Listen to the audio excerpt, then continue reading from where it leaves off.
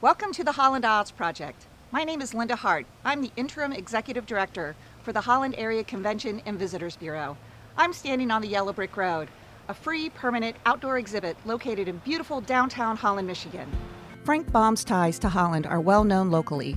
His family vacationed on Lake Michigan at their cottage, the Sign of the Goose. While the cottage is no longer there, Holland celebrates its history and these ties.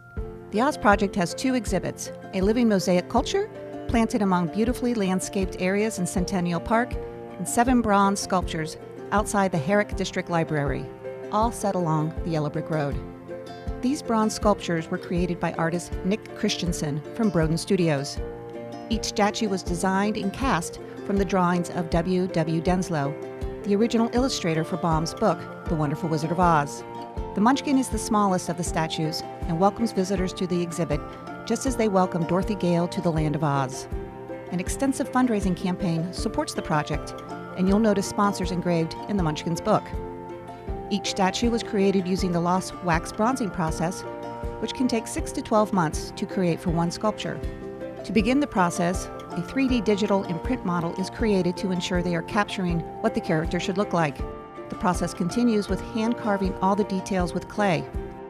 You'll see the artist's detail, especially in the scarecrow, with his patchwork shirt, straw, and stitching of his head. The lion was probably the most difficult to design because his character changed in the book. Should he be the cowardly lion we were introduced to in the beginning, or the majestic king of the forest? We decided to showcase him after he received his courage. Most visitors hop on his back for the best photo. Dorothy and Toto are clearly the most popular statues. Since Dorothy was a little girl in the original story, her statue needed to reflect that size and age. Because 3D printing machines are limited to size, each statue is cast in multiple pieces. For such a small statue, Dorothy had 60 pieces that were welded together to create her full size. The detail in her basket and connecting her braids together were the most challenging to ensure the blending of the seams when welded. The Tin Man was the first statue designed and created. We wanted the exhibit to be interactive with kids and adults, so we made the Tin Man kneeling so kids could sit on his knee for photos and conversation. You can imagine him now frozen in time with his oil can and steady axe at his side. Those were the original cast of characters when the project started. It wasn't until a year into fundraising that the fighting tree and flying monkey were considered. This big guy is 6.5 feet tall and weighs close to 1 ton. Because of his long trunk and weight of the bronze, the tree had supports welded inside to support his frame. And while the flying monkeys and fighting trees were in separate chapters of the book, it simply made sense to put them together as they jeer at visitors walking by. Since the project was solely funded by fundraising, we sewed personalized engraved bricks on the Yellow Brick Road, engraved space on the Munchkin's book, and seating benches around the exhibit. It was through this fundraising that allowed us to add our last statue, the Wicked Witch. While some consider her the ugliest of all the statues, most find her diminutive size less intimidating than the tree and monkey. As we cross River Avenue, we arrive at the second part of the exhibit, the living mosaic culture, and introduce Jamie Scott, Deputy Director of the city's Parks Department. Thanks, Linda. The Oz Project originally only had one medium of art, the bronze sculptures. It wasn't until Holland and Bloom brought the idea of a living book to the project that created a multi-dimensional exhibit. As you can see, the mosaic culture is shaped like a book, showcasing some of the highlights in the movie such as the Yellow Brick Road and the Emerald City. We chose a book design to reflect the true nature of Oz, as inspiration for parts of the story came while vacationing here.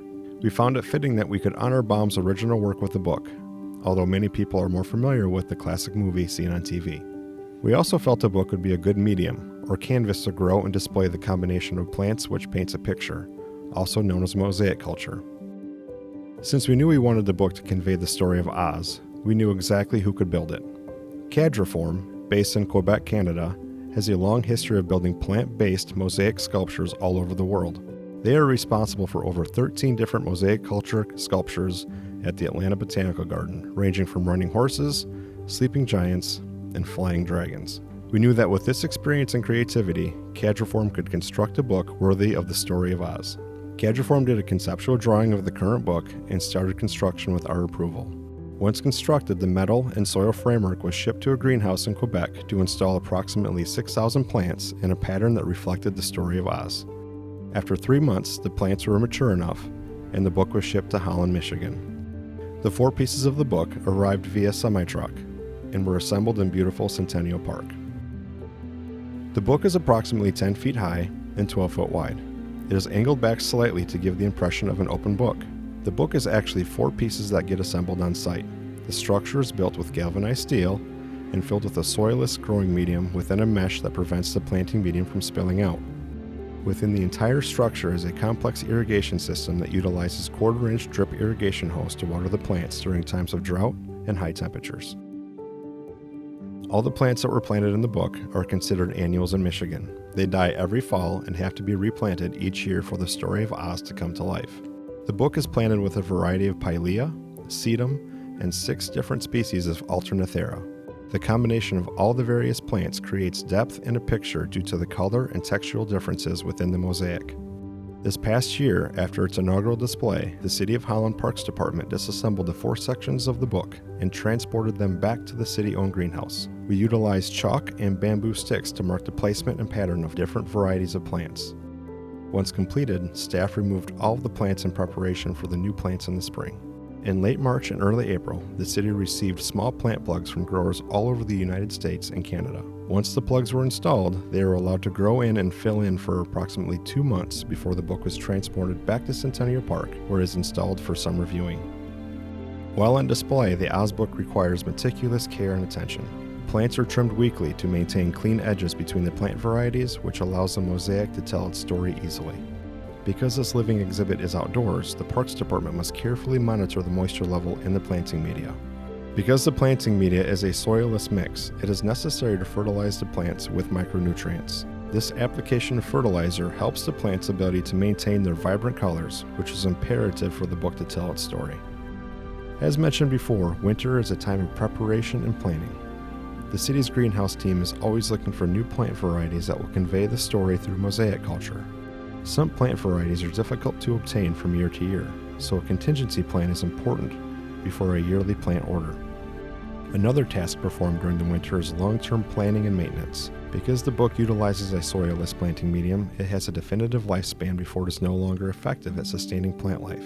Every 3 years, all of the planting media must be removed, irrigation system inspected and adjusted, and new soil media installed. If you want to see the living book as part of the entire Oz project, the book is on display in Centennial Park during the late spring and summer season and returns to the greenhouse for the fall and winter months. We hope you enjoyed the virtual tour of the Holland OZ Project, and we're looking forward to seeing you in Holland, Michigan. To help plan your next visit, please visit our website on holland.org.